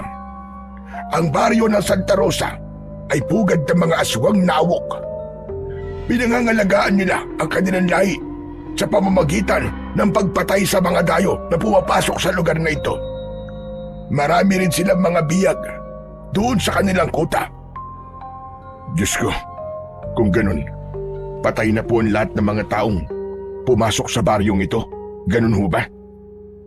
Tila naramdaman ko ang pagdadalamhati sa boses ng aking ama nang sabihin yun. Biglang pumasok sa isip ko si nanay at ang kapatid ko. Marahil ay patay na rin sila. Dala ng galit ay napakuyom ang aking kamao. Maya-maya pa ay si Estong naman ang nagsalita. Lahat ng mga taong nakapalibot sa atin ay mga aswang. Kaya mahirap magtiwala sa kanila. Kung ganun, nakakulong na rin kami ni tatay sa pugad ng mga aswang. Tama ka, Waldo. Kung naaalala nyo, nung nadaanan nyo akong pinagtutulungang bugbugin ng mga tanod, nahuli nila akong lumapit sa mga bihag para magbigay ng pagkain sa kanila. Lumabag ako sa karpyo, kaya yun, sinaktan nila ako at balak sanang patayin. Mabuti na lang at dumating kayo. Kung pinapatay nila ang mga dayo, bakit kami? Hindi nila kami pinatay. Dahil natalo nyo sila sa laban. Naghahanap sila ng tiyempo ngayon para patayin din kayo. Pero dahil nakakuha kayo ng ID, hindi nila muna kayo gagalawin. Kapag natuklasan nila na alam nyo ng tungkol sa kanila, sa kanila kayo papatayin. Sinasabi mo bang nagpapanggap kayong walang alam tungkol sa kanila para mabuhay kayo? Oo. Kaya nga, umaarte akong walang alam at inilapit ko pa kayo sa pinakapinuno ng aswang. Teka sandali. Si Mang Badong ba ang tinutukoy mo, Estong? Opo, Mang Ronald. Siya po ang pinakapinuno ng mga aswang na awok. Sandali. Kung si Mang Badong ang pinuno ng aswang, bakit wala pa rin kayong ginagawa? Humahanap lang kami ng tiyempo, Waldo. Kapag napasama kami sa biyag, hindi na kami makakahanap ng paraan para labanan ng mga aswang at itaka sa mga biyag. Ano pong ginagawa nila sa mga bihag? Unti-unti silang kakainin. Ginagawa silang reserbang pagkain sa oras na wala na silang mahanap na unggoy na siya nilang pangunahing pagkain. Unti-unti ko na rin po naiintindihan ang nangyayari. Ibinibintang nila sa unggoy ang kanilang kasalanan para hindi sila paghinalaan. Tay, sinasabi ko na nga ba't may kakaiba sa lugar na to eh. Sobra pa sa inaasahan natin ang matutuklasan nating lihim sa baryong to. At dahil sa kakaibang lugar na to, anak, mas lalo akong magsusumikap na hanapin ang iyong kapatid at ang iyong ina. Kahit konti na lang ang pag-asa na natitira sa atin, umaasa pa rin ako na sana ay buhay pa sila at kasama lang sa mga bihag. Ako rin po, tay. Hahanapin ko po si nanay. Habang nag-uusap kami ni tatay, bigla namang nagsalita si Lolo Taher. Delikado ang lugar na ito para sa inyo. Hanggat maaari, kung kaya nyo magpanggap, gawin nyo. Magkunwari kayong walang alam sa tunay nilang pagkatao. Hindi rin nila dapat malaman na nakipag-usap kayo sa amin ni Estong. Dahil kung hindi, iisipin nila na bumubuo tayo ng plano para sila ay sugpuin. Naiintindihan po namin, Tatay Taher. Sige po, Lolo Taher. Gagawin po namin ang sinasabi nyo. At teka, sandali lang po. Hindi niyo po ba sinubukan tumakas man lang? Maraming beses na namin ginawa yun. Kaya lang, bantay sarado ang baryong ito. May mga kuta sa bawat labasan ng baryo. Kaya hanggang ngayon, nag-iisip pa rin ako ng paraan kung paano sila matatalo. Lalo pat ang nag-iisang sandata na makakatalo sa kanila ay binabantayan din ng maraming aswang na awok. Binabantayan na sandata? Ano pong ibig niyo sabihin, Lolo Taher? May sandata na tatalo sa kanila. Paano po yung makukuha? Gusto ko pong tumulong. Ililigtas ko po kayo kasama ang kanilang mga bihag. Nakahanda po akong sumugal para sa sandata. Bibigyan ko rin po ng katarungan ang mga nangyari sa aming mga kasama sa bus. Huwag anak, natatakot ako na baka mapahama ka. Ang kailangan lang na gawin natin ngayon ay tumakas sa lugar na ito at mahanap ang iyong ina. Hindi tayo makikipaglaban sa mga aswang. Walang puwang ang takot sa mga oras na to, tay. Kaduwagan ng pagtakas habang maraming tao ang nagdudusa at nangangailangan ng tulong. Nakahanda po ako sa mangyayari. At kasama sa plano ko, ang bigyan ng hustisya ang mga taong pinatay nila. Kung buo na ang desisyon mo, kailangan mong malaman na hindi magiging madali ang pagkuha sa iniingatang sandata. Kakayanin ko po yun, Lolo Tyre. Sige ho, sabihin niyo sa akin, paano ko po matatagpuan ang kinaroroonan ng sandatang itak? Sa gitna ng kagubatang ito, may isang malaking yungib. Isang kuweba na pinamumugaran ng mga aswang na awok. Kapag araw, doon sila nagtatago at nagpapahinga. Lalo na kapag may sugat sila, doon sila nagpapagaling. Lahat sila ay nagbabantay sa itak. Alam ni Estong ang lugar na yon. Maaari kanyang samahan at tulungan.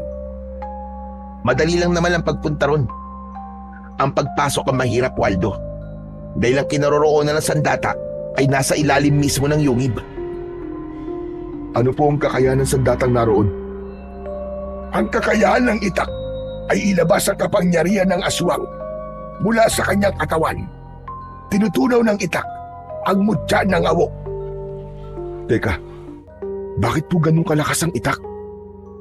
Dahil isa yung mahiwagang itak na pinanday sa gitna ng lindol at kidlat.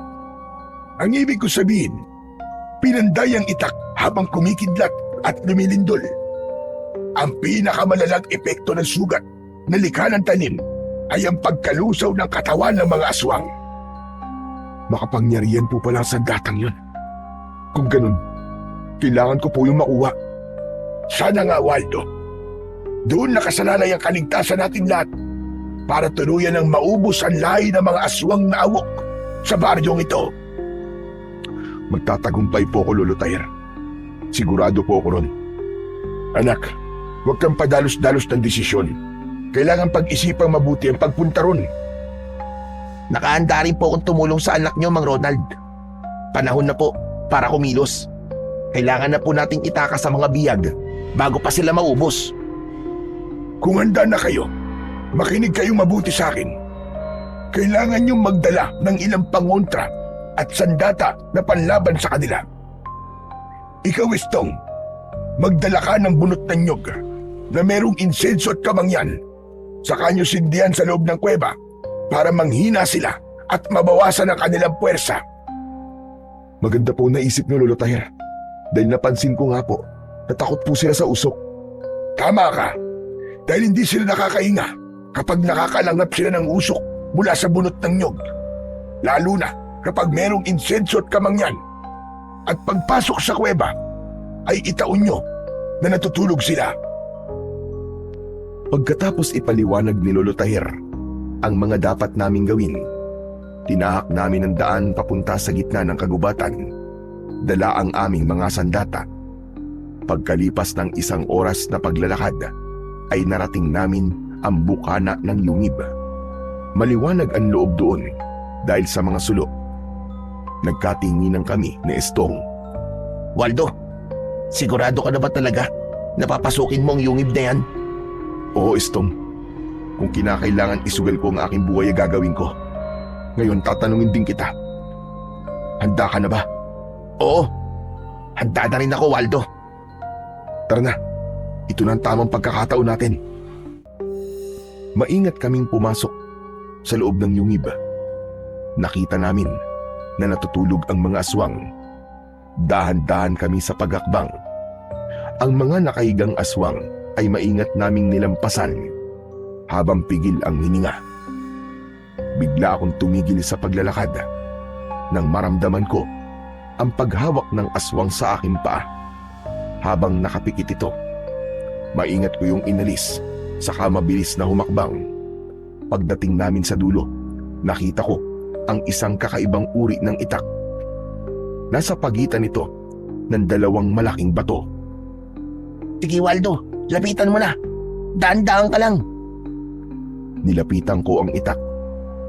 Hinawakan ko ang puluhan para sana ay bunutin. Ngunit muntik ako mapasigaw dahil napaso ako sa init ng hawakan. Mabuti na lang at maagap na natakluban ng palad ni Estong ang aking bibig. Nakita ko na nalapnos ang aking kamay at galit akong napatingin kay Estong. Bakit di mo sinabi na mainit pala ang hawakan nito? Pambihira ka naman, oo. Pasensya ka na, nakalimutan ko rin eh. Isa pa, kasama yan sa pagsubok sa pagkuha ng sandata Kaya kailangan mong tiisin ang init. Kailangan mo mabunot ang itak bago pa magising ang mga awok na to. Muli kong sinubukang hawakan ang puluhan ng itak. Napangiwi ako dahil sa sobrang sakit. Anak naman ng putya, oh! Paano ko ito makukuha? Ang init eh! Wala tayong magagawa. Kasama yan sa pagsubok. Tiisin mo ang sakit at ang init hanggang sa makaya mo na siyang bunutin. Nagpapabunot lang daw ang itak na yan sa taong karapat-dapat na magmay-ari sa kanya. Sige, kaya mo yan. Muli kong hinawakan ang makapangyarihang itak. Tiniis ko ang sakit kahit ramdam na ramdam ko ang init nun. Sinikap kong hilahin yun. Umusok ang aking kamay. Subalit hindi ko yun pinansin. Ubod lakas kong hinugot ang itak at nabunot ko yun. At dahil sa ginawa ko, yumanig ang buong paligid ng yungib. Kaya't nagising ang mga aswang. Naalarma kami ni Estong at napasiksik sa pader na bato. Yari na! Nagising ang mga aswang, Waldo! Ngayon ko masusubukan ang kapangyarihan ng itak na to. Napuno ng pag-angil ang loob ng yungib. Hindi kami makalis dahil nakaharang sila sa lagusan. Pinalibutan kami ng mga aswang. Lahat sila ay nakatingin ng masama sa amin. Nagbabaga ang mga mata. Mas lalong bumangis ang kanilang anyo. Natangkasa ng susugod sa amin. Maagap ko namang iwinasiwas ang itak para hindi sila makalapit. Estong, gawin mo na! Isaboy mo na rin sa kanila ang asin! Bilisan mo! Ginawa ni Estong ang plano. Isinaboy niya ang asin sa mga aswang. Pagkatapos nun, sinindihan niya ang bunot ng nyog. Kumalat ang usok sa loob ng kuweba. Sinabayan ko yun ng pag-atake sa kanila gamit ang aking makapangyarihang itak. Tinaga ko sa leeg ang unang sumugod sa amin. Nakita ko ang epekto ng talim sa katawan nila. Merong lumabas na usok mula sa nakabukas na sugat ng aswang. Bumagsak siya sa sahig ng kuweba. Nagkikikisay ang katawan. Bumubula ang bibig na parabang nalalason at lumuwa ang kanyang mga mata hanggang sa tuluyang lumiyab ang kanyang katawan. Hindi ako makapaniwala sa malakas na kapangyarihan ng itak. Kaya naman, sumugod ako sa mga natitira pang mga aswang at bawat wasiwas ko ng talim sa ere ay tinatamaan ko sila sa kanilang katawan at agad na nasusunog. Waldo, tara na! Malapit na maubos ang usok sa bunot ng nyog. Dahil sa sinabing yun ni Estong, mabilis kong inatake ang mga aswang na nakaharang sa daan palabas ng kuweba. Bawat tamaan ng aking taga, isa-isa silang bumabagsak sa sahig ng kuweba hanggang sa masunog. Ang iba naman ay napapaluhod dahil nangihina sila sa nalalanghap nilang usok galing sa bunot ng nyog. Sinamantala namin ang pagkakataon para lumabas ng kuweba. Hindi ko napansin na merong nag-iisang aswang na humabol sa amin. Kaya bago ko pa mapugutan ng ulo ang aswang, tinamaan na ng kalmot sa dibdib si Estong. Dala ng labis kong galit, paulit-ulit kong tinaga sa leeg ang aswang na awok hanggang sa tuluyan itong bumagsak sa lupa hanggang sa masunog. Saka ko naman nilapitan si Estong. Estong, may sugat ka! Ayos lang ako. Hindi naman malalim ang sugat ko eh. Anong hindi malalim? Delikado pa rin yan dahil sa laso ng awok. Mabuti na lang at pinadala sa akin ni Lolo Tahir ang langis na to. Gagamutin ka agad kita. Hubarin mo ang damit mo.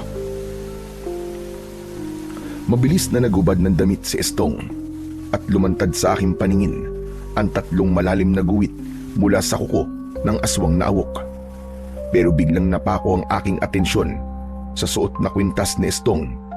Meron yung palawit na tela na may pamilyar na itsura. Hindi ko lang matandaan kung saan ko yun nakita. Pagkatapos kong patakan ng langis ang sugat ni Estong, ay muli niyang isinuot ang kanyang damit. Pero hindi ako nakatiis na hindi magtanong tungkol sa kanyang kwintas. Anong uri ng kwintas ang suot mo, ha Estong? Naku, wala to. Hindi naman to agimat eh. Isa lang itong alaala mula sa namatay kong nanay. Pareho pala tayo. Mahilig magbigay ng pagpapahalaga sa mga bagay na iniiwan ng mga mahal natin sa buhay. Oo. Tsaka kapag suot ko to, pakiramdam ko, kasama ko rin si nanay. Biktima rin kasi siya ng aswang na awok. Inspirasyon ko ito para maging matapang at lumaban sa mga aswang. Kaya pala tinutulungan mo ko dahil gusto mo rin mabigyan ng hustisya ang nangyari sa iyong ina. Teka, ano nga palang gagawin natin sa kuweba? Kailangan natin sunugin ang lugar na to para walang maiwan na ebidensya. Sinunog namin ni Estong ang loob ng kuweba. Pagkatapos kong gamutin ang kanyang sugat, ay inalalayan ko siyang maglakad, papalayo, sa lugar na yon.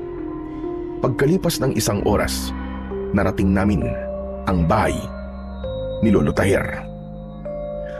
Pagkatapos kong maipakita, kina Tatay at Lolo Taher ang itak, nagplano kami sa gagawin naming paglusob sa kuta ng mga aswang para itakas ang mga biyag. Nagkaroon din kami ng konting pagsasanay sa paggamit ng aming sandata. Nagpalipas kami ng ilang araw sa bahay ni Lolo Taher. Gumawa naman ng patibong si Tatay sa palibot ng bahay ng matanda. Kaya isang gabi, isinigawa na namin ang plano. Sanib puwersa kami ni Lolo Taher, Estong at Tatay sa paglusob sa kuta ng mga aswang. Maingat kaming nagtago sa likod ng mga puno habang pinagmamasdan ang kinaroroonan ng kulungan ng mga bihag. Bakit para yatang tahimik ang paligid, Tatay Taher? Madalas ay ganyan na nangyayari dahil abala sila sa normal nilang pamumuhay. Maaaring naghahanap sila ng mga unggoy na kanilang gagawing pagkain. Nakapagtataka naman po yata na wala silang iniwan na bantay sa mga bihag. Dahil kampante sila na walang magtatangkang itakas ang kanilang mga bihag. Hindi po ba't magandang pagkakataon na ito para sa gagawin nating plano? Kaya tara na po, habang wala pa po ang mga bantay. Sige, ako na ang mauuna sa pagpasok sa kuta. Lumabas ako sa aking pinagtataguan, pero hindi nagtagal. Sumunod na rin sa akin sina Tatay. Maingat ang aming hakbang habang nakayuko. Panay ang linga namin sa paligid. Inihanda ko ang aking itak at pinakawalan ang mga biyag. At habang isinasagawa namin yon, hindi namin napansin na unti-unti na palang lumilitaw mula sa likod ng mga puno ang mga bantay roon. Nagulat kami dahil napapalibutan na kami ng mga aswang na awok. Maya-maya pa ay dumating si Mang Badong. Nasa likod nito ang mga tanod. Nakangisi sila ng nakakaloko. Pambihira! Nahulog tayo sa patibong nila. Talagang inabangan nila tayo para mahuli tayo. Ano nang gagawin natin? Paano na ang mga biyag? Wala na tayong magagawa, anak. Wala na tayong madadaanan. Dahil sa naging reaksyon namin, humalakhak ng malakas ang aswang na si Mang Badong, saka ngumisi at nagpalitaw sa mahahaba nitong mga pangil. Akala niyo ba ay ganun ako katanga para pabayaang maitakas niyo ang mga biyag? Alam ko na gagawin niyo ito pagkatapos niyo kunin ang sandata sa loob ng kuweba. Nakarating sa akin ang ginawa niyo sa mga alagad ko, kaya hindi ko hahayaan na mabuhay pa kayo. Ngayon na nahulog na kayo sa aking bitag, hindi na kayo makakatakas. Ito na ang magiging katapusan ninyo! Hoy! Pangit na aswang! Huwag ka na magpanggap dahil kilala ka na namin, Mang Badong! Mabuti naman at kilala niyo na ako. Alam ko na rin kung anong dahilan kung bakit lumipat kayo sa baryo ko. Hinahanap niyo ang pamilya niyong sakay ng jeep. 17 taon na ang nakakalipas.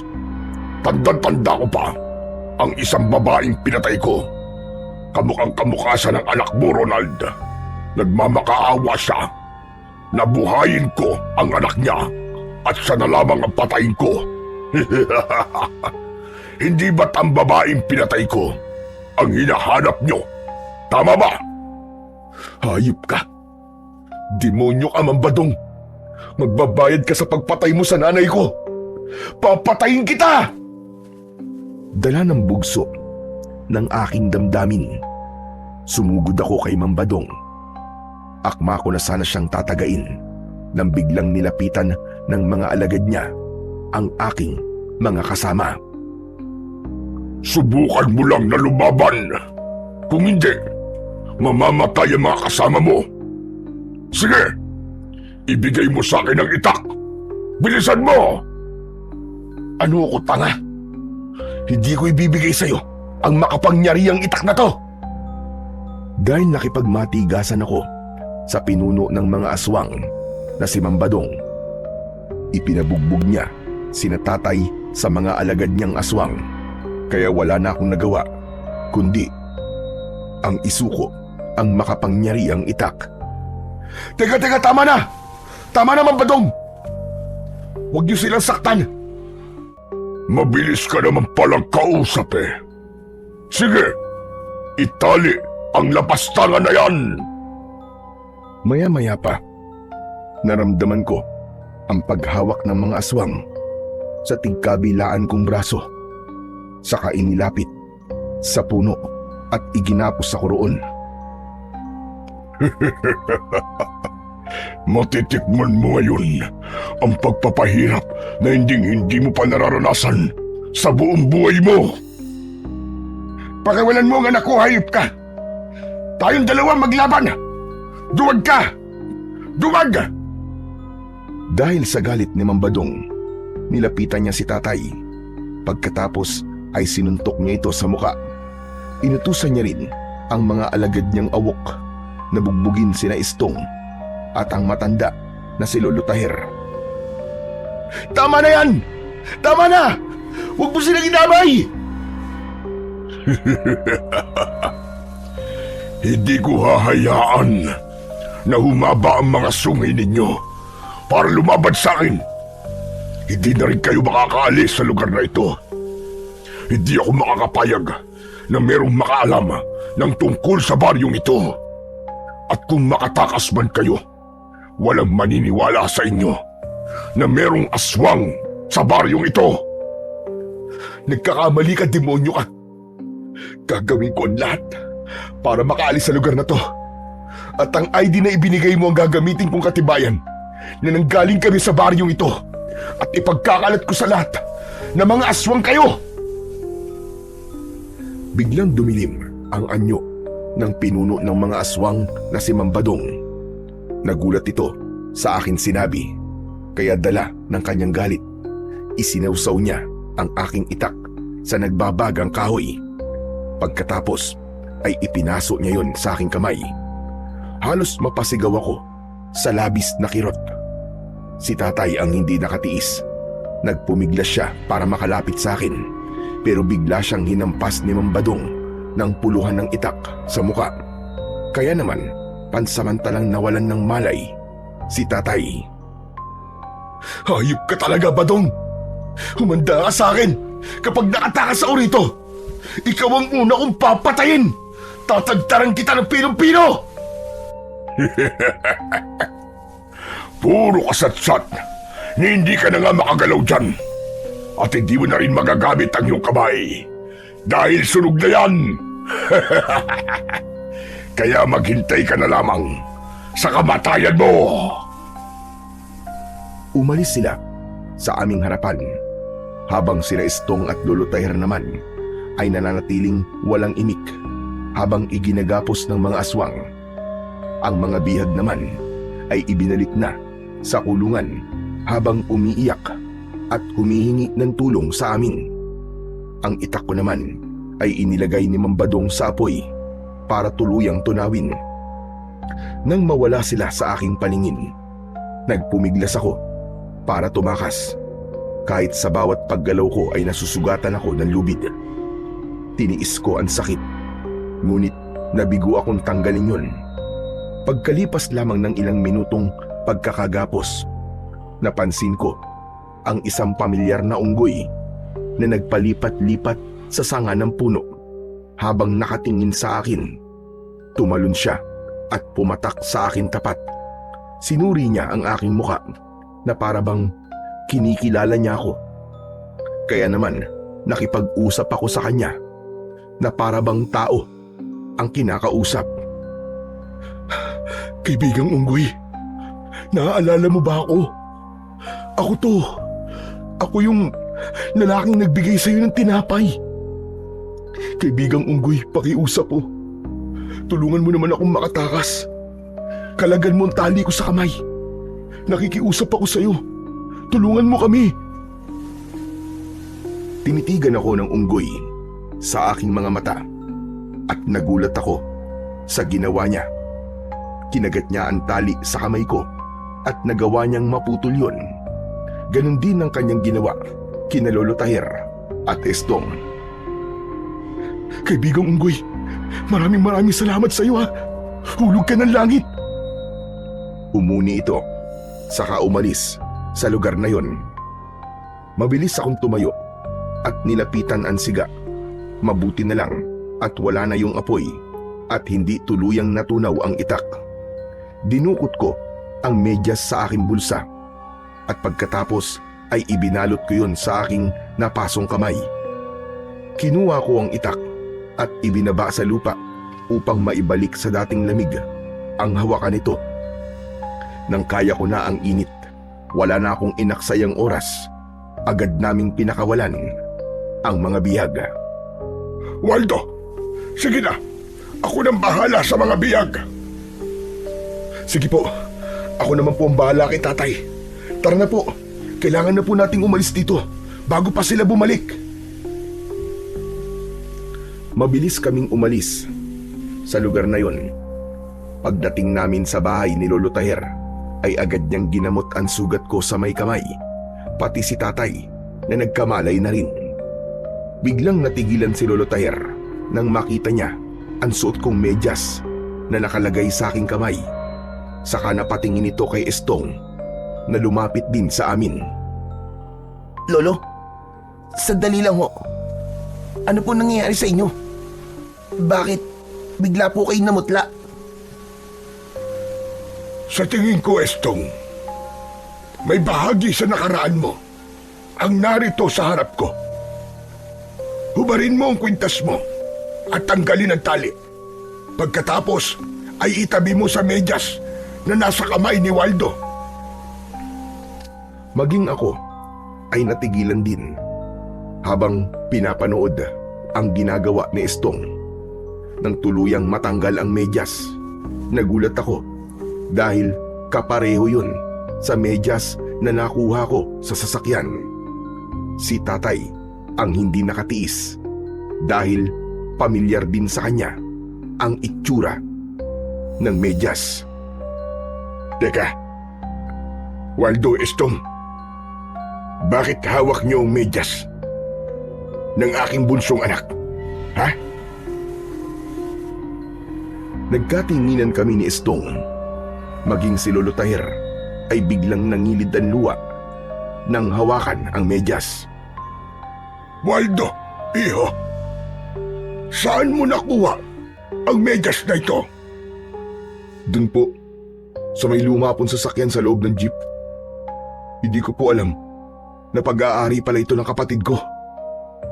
Kung ganun, ang hinahanap mo na sinasabi mong ina ay si Marisa ba? Lolo, paano naman po napasali sa usapan ang pangalan po ni nanay? Pumagitna ang katahimikan sa aming paligid. Nang sabihin yun ni Estong, ako ang agad na nakabawi sa pagkakabigla. Teka, ibig bang sabihin si Estong ang nawawala akong kapatid? At ang sinasabi niyong Lolo Tahir na anak niyong pinasnang ng mga awok ay ang aking ina na si Marisa? Oo, Waldo. Diyos ko, sobra namang magbiro ang tadhana. Paano nangyari ito? Na dito pa tayo, nagkita-kita. Ngunit ako ay nagpapasalamat sa pangyayaring ito. Hindi ko na napigilan ang aking sarili. Niyakap ko ng maigpit si Estong. Si tatay naman, napahagulgul ng iyak nang malaman niya ang nangyari sa aking ina. Pero habang nag-uusap kami, dumating ang mga aswang at pinalibutan nila ang aming buong bahay. Umingay ang mga lata na ikinabit ni tatay mula sa mga patibong. Saka na tayo magkumustahan. Kailangan na natin kumilos. Nandito na mga hayop na aswang. Hindi maaari ito. Nasundan nila tayo. Dahil sa takot na ipinakita ni Lolo Taher, nag-aalala na rin ang mga kasama naming bihag. Mga kasama, sandali lang. Kumalma kayo. Huwag kayong matakot. Walang mangyayaring masama sa inyo. Lalabas ako. Kayo, Lolo Taher at tatay, ang magbabantay sa loob ng bahay. Kami naman ni Estong, haharapin namin ang mga kalaban. Kabisado namin ang kinaroroonan ng mga patibong. Kaya huwag kayong mag-alala. Kaya namin to. Mananalo tayo sa laban na to. Mag-iingat kayo, mga apo. Pagpalain kayo nawa ng may kapal. Agad kaming lumabas ng bahay ni Estong at hinarap ang mga kalabang aswang. Isang hanay na nakatayo sila sa labas ng bakuran ng matanda. Nang makita nila kami, ay kanya-kanya silang lapit sa amin.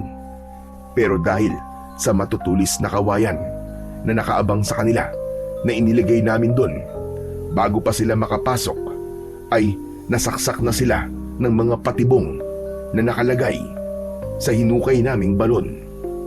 Bawat tali na mapuputol nila, 2 aswang ang tinatamaan ng mga sibat.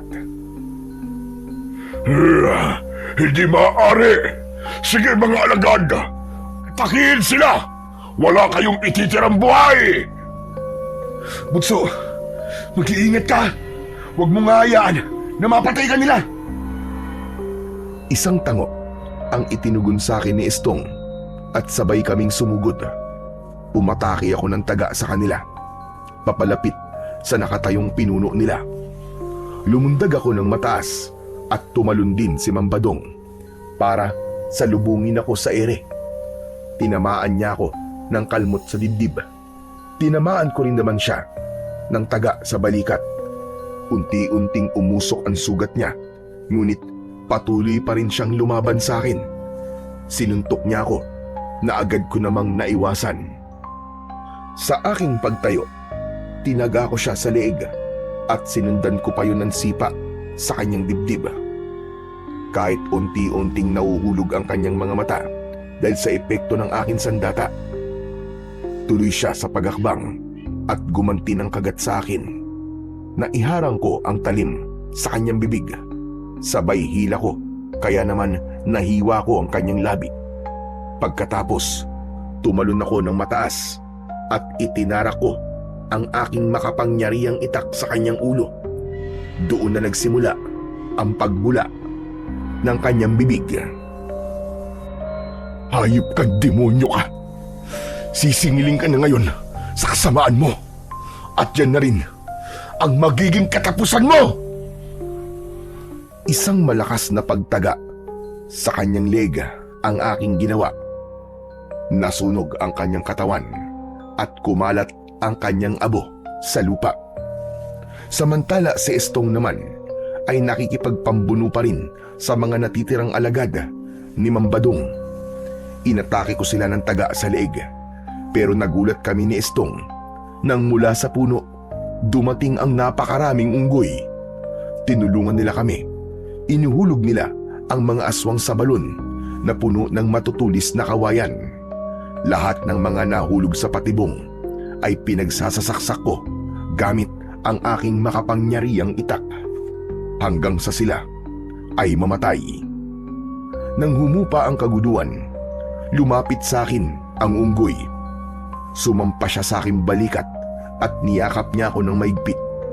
Naramdaman ko na parabang siya ay nagpapasalamat. Kaibigang unggoy, maraming salamat din sa tulong mo sa amin. Kundi dahil sa'yo, hindi namin to magagawa. Pagkatapos ko magpasalamat sa kanya, umalis sila sa loob ng bakuran at naglaho sa kakauyan. Hanggang sa lumapit na sa akin ang kapatid kong si Estong. Kuya, paano mo nakakausap ang mga unggoy? Hindi ko siya totoong nakakausap, Estong. Naiintindihan lamang niya kung ano ang aking sinasabi. Siguro naalala niya ang kabaitang ipinakita ko sa kanya.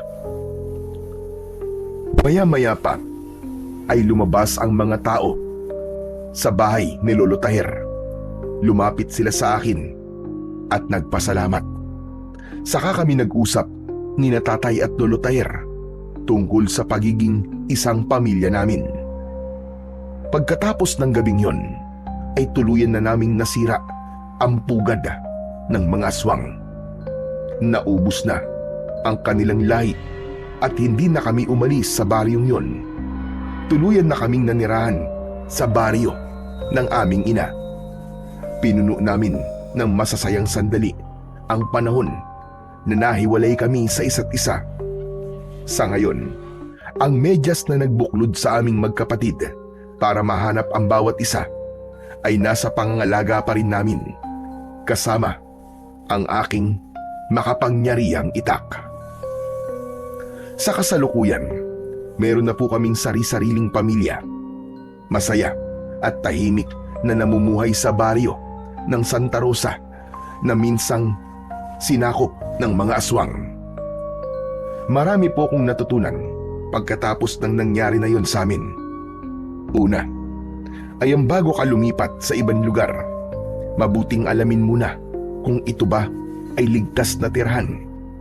Dahil baka mapunta ka rin sa pugad ng mga aswang.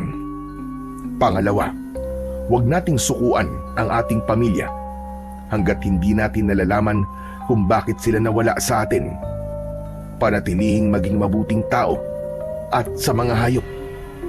Dahil baka dumating ang isang araw na sila naman ang magbibigay ng tulong sa atin. Hanggang ngayon po, Sir Blair, hindi ko nakakalimutan ang unggoy na tumulong sa amin. Sa katunayan, palagi siyang bumibisita sa amin. Hanggang sa aking mga anak, itinuturo ko sa kanila na palaging maging mabuti sa mga hayop. Hanggang dito na lamang po ang aking kwento at sana ay kinapulutan po ng aral ng ibang naliligaw ng landas.